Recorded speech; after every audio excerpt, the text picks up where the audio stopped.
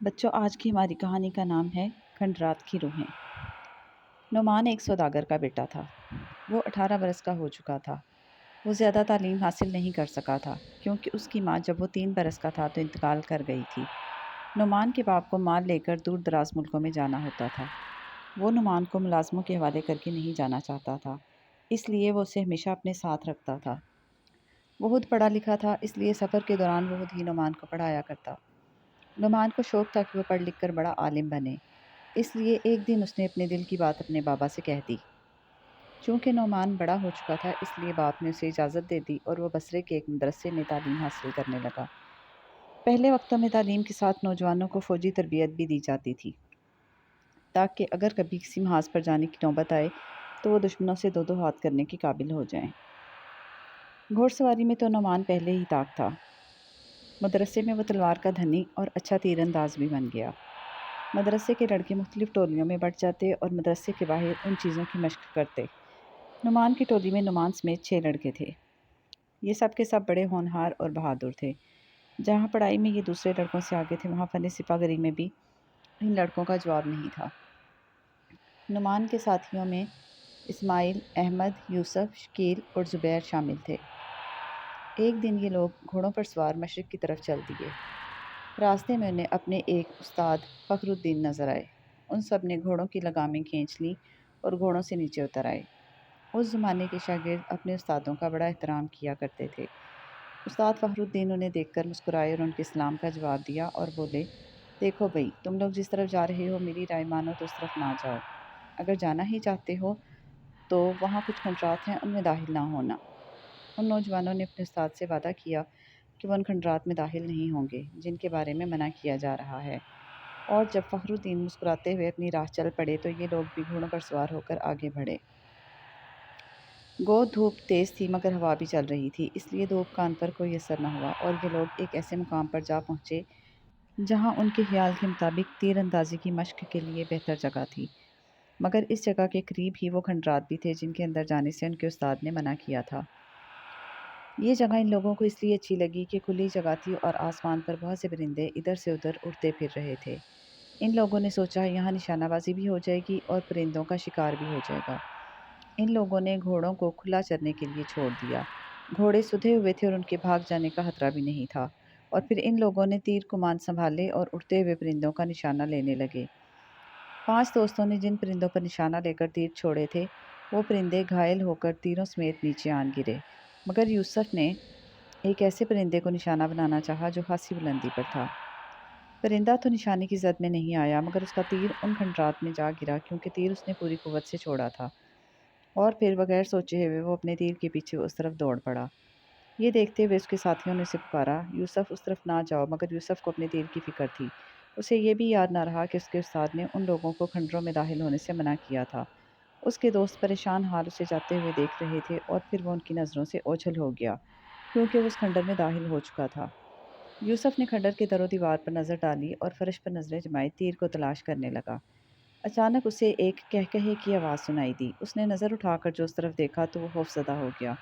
اس کے سامنے سیاہ لباس میں ایک بڑھیا جس کا چہرہ نہایت خوفناک اور آنکھیں کسی چیتے کی طرح سرخ تھیں نظر آئی۔ اس نے الٹے قدموں بھاگ جانا چاہا مگر اسے یوں لگا جیسے اس کے پاؤں من من وزنی ہو گئے اور زمین نے انہیں جکڑ لیا ہو۔ دہشت کے مارے وہ چیخ بھی نہ سکا اور آواز اس کے حلق میں گھٹ کر رہ گئی اور اس کا رنگ سفید چادر کی طرح ہو گیا۔ اس کی اس حالت کو دیکھتے ہوئے اس چڑیل نے ایک زوردار قہقہا لگایا۔ اس کی آواز چیختی ہوئی بلی کی مانند تھی۔ وہ بولی، گھبراؤ نہیں نوجوان، تمہارے ساتھی بھی ابھی تمہارے پاس پہنچ جائیں گے۔ گو یوسف کی حالت اس وقت بہت بری تھی مگر پھر بھی وہ دل میں دعائیں کرنے لگا کہ اس کے ساتھی اس طرف نہ آئیں۔ مگر جب خاصی دیر گزر گئی اور یوسف واپس نہیں آیا تو لڑکے سخت پریشان ہوئے اور کھنڈر میں داخل ہو گئے۔ اندر داخل ہوتے ہی ایک بہت بڑی سیاہ چمگادڑ ان پر جھپٹی۔ نعمان نے اسے آتے ہوئے دیکھ لیا تھا۔ اس نے نہایت پھرتی کے ساتھ زمین پر سے پتھر اٹھایا اور پوری قوت سے چمگادڑ پر دے مارا۔ چمگادڑ زخم کھا کر گری اور چند لمحے تڑپنے کے بعد ٹھنڈی پڑ گئی۔ پھر اس مردہ چمگادڑ میں سے سفید دھواں اٹھا اور جب دھواں چھٹا تو چمگادڑ غائب تھی۔ پانچوں دوست اس منظر کو دیکھ کر لمحے بھر کو حیران اور پریشان ہوئے، مگر وہ بہادر تھے۔ یہ سمجھتے ہوئے کہ یہ کھنڈر آسیبی ہے اور انہوں نے جو کچھ دیکھا وہ سب آسیب ہی کی وجہ سے تھا، اب ان کی سمجھ میں آیا کہ ان کے استاد فخر الدین نے انہیں کھنڈر میں داخل ہونے سے منع کیوں کیا تھا۔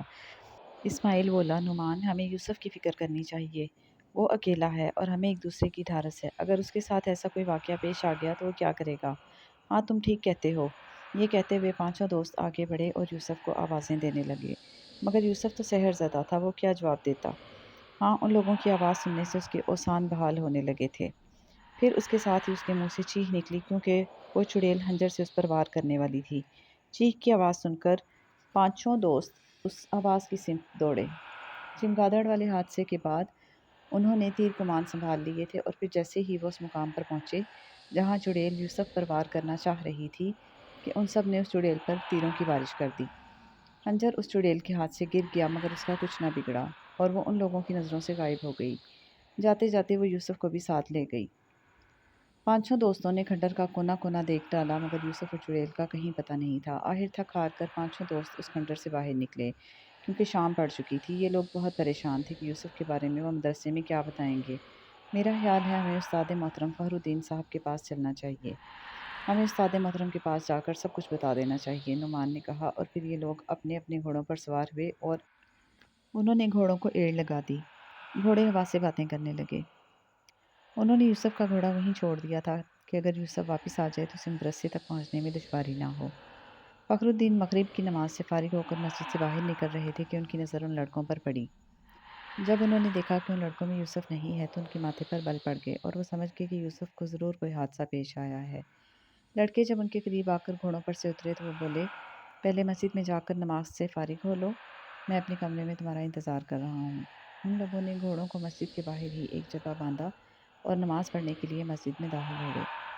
فخر الدین بڑی بے چینی سے ان لوگوں کا انتظار کر رہے تھے۔ وہ ایک معلم ہی نہیں تھے، روحانیت پر بھی انہیں بہت عبور تھا۔ ان کی اس حیثیت کے بارے میں کسی کو بھی علم نہیں تھا۔ انہوں نے اپنے کسی عمل کے ذریعے یوسف کے بارے میں معلوم کر لیا تھا کہ یوسف ایک چڑیل کے قبضے میں ہے جو کہ مصر کی ایک شہزادی تھی، اور اس شہزادی کی منگنی ایک خوبصورت نوجوان سے کر دی گئی تھی جو کہ فوج میں ایک اعلیٰ عہدے پر فائز تھا۔ مگر ایک دن کسی شخص نے دشمنی کی بنا پر اس نوجوان کو زہر دے کر ہلاک کر دیا تھا۔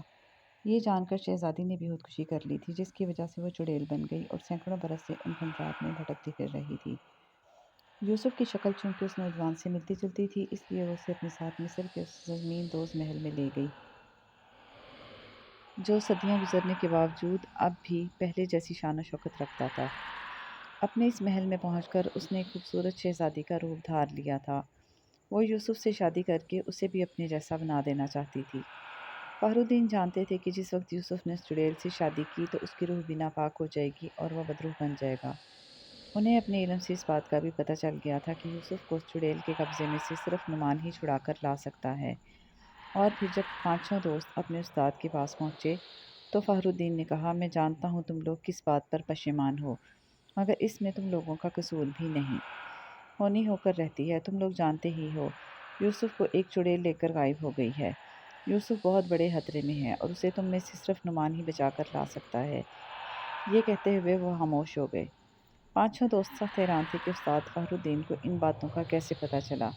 نعمان بولا، استاد محترم، اگر یوسف کے لیے مجھے اپنی جان بھی قربان کرنا پڑی تو میں تیار ہوں۔ آپ مجھے حکم دیں کہ مجھے کیا کرنا ہوگا۔ دیکھو نعمان، سب سے پہلے تو تمہیں اپنے باپ سے اجازت لینا ہوگی۔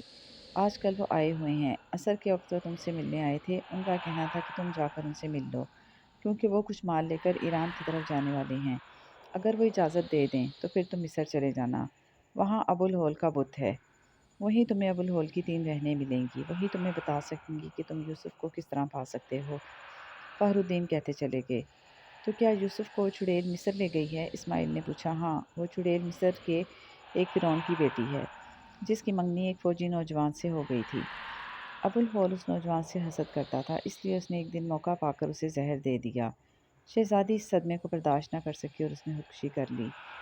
آگ نے اس کے چہرے کو بگاڑ دیا اور وہ حرام موت مر کر چڑیل بن گئی۔ وہ سینکڑوں برس سے ان کھنڈرات میں بھٹکتی پھرتی تھی، کیونکہ یہ کھنڈرات اس کے منگیتر کا محل تھا اور اسے یہیں زہر دیا گیا تھا۔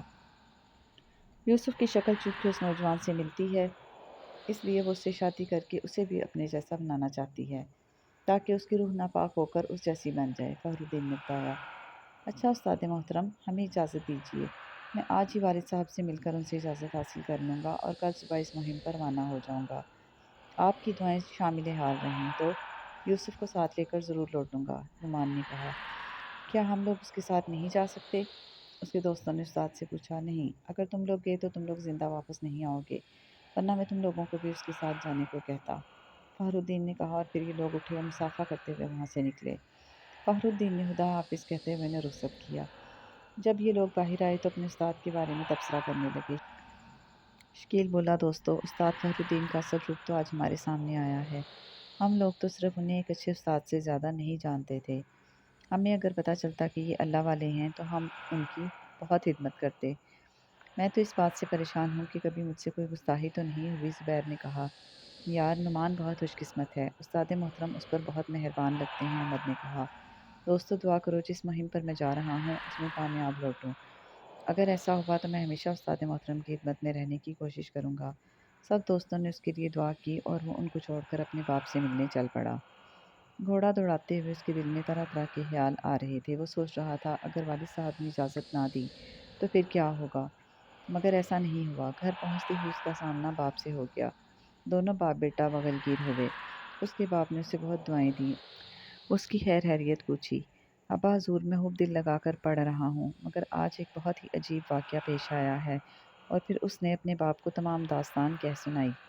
باپ نے اسے خوشی خوشی اجازت دے دی اور بولا، بیٹے، تمہارے استاد فخر الدین کو تو میں بچپن سے جانتا ہوں، وہ واقعی اللہ والا ہے، تم سے اس کی جتنی خدمت ہو سکے کرو، میری دعائیں بھی تمہارے ساتھ ہیں۔ فخر الدین نے جو کام تمہارے سپرد کیا ہے مجھے امید ہے اس میں تم ضرور کامیاب لوٹو گے۔ اور پھر دونوں باپ بیٹے رات گئے تک باتیں کرتے رہے۔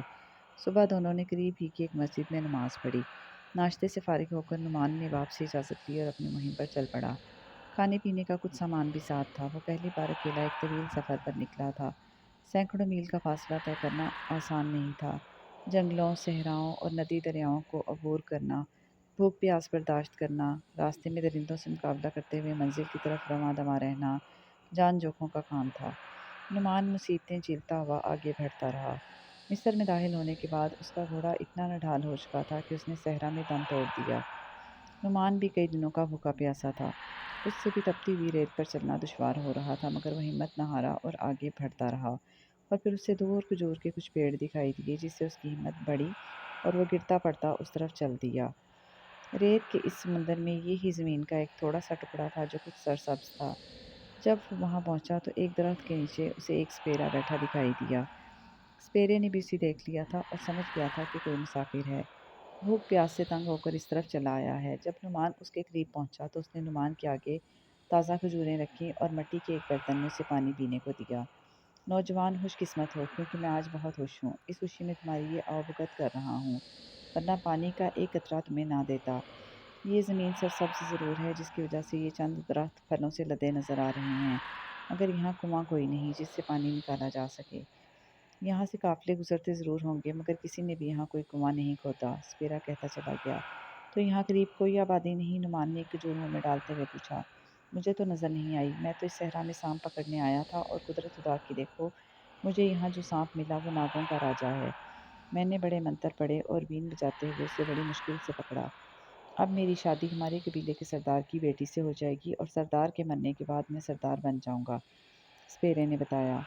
کھجوریں کھانے کے بعد نعمان نے پانی سے پیاس بجھائی تو اسے اپنے جسم میں توانائی پیدا ہوتی ہوئی محسوس ہوئی اور وہ حشاش بشاش ہو گیا۔ نوجوان، اب تمہارا کدھر کا ارادہ ہے؟ کیا تم پیدل ہی سفر کرتے آ رہے ہو؟ سپیرے نے پوچھا۔ میں مصر جانا چاہتا ہوں، میرے پاس گھوڑا تھا مگر وہ بیچارہ راستے ہی میں مر گیا، اس کے مرنے کے بعد مجھے پیدل ہی سفر جاری رکھنا پڑا، نعمان بولا۔ بڑے ہمت والے لگتے ہو، مصر میں تو تم داخل ہو چکے ہو، اب تم مصر کے کس علاقے میں جانا چاہتے ہو؟ سپیرے نے پوچھا۔ میں دریائے نیل کے کنارے ابو الہول کے بت کے پاس جانا چاہتا ہوں، نعمان نے بتایا۔ دریائے نیل یہاں سے زیادہ دور نہیں، میں نے ایک بار ابو الہول کے بت کو دیکھا تھا، مگر تم بہت زیادہ تھکے ہوئے لگتے ہو، رات یہیں بسر کر لو، میں بھی آج کی رات ان درختوں کی چھاؤں کے نیچے بسر کروں گا اور کل صبح اپنی منزل کو ہو لوں گا، تم بھی اپنی منزل کی طرف چلے جانا، سپیرے نے کہا، اور نعمان نے اس کی بات مان لی۔ رات ہوئے تو دونوں قریب قریب لیٹ گئے اور باتیں کرتے ہوئے انہیں پتہ بھی نہ چلا کہ ان کی کب آنکھ لگی۔ صبح وہ دیر تک پڑے سوتے رہے، کہیں سے ایک لومڑی اس طرف آ گئی۔ سپیرے کی ٹوکری جس میں ناگ راجوان تھا، یہ سمجھتے ہوئے کہ اس میں کوئی کھانے کی چیز ہے،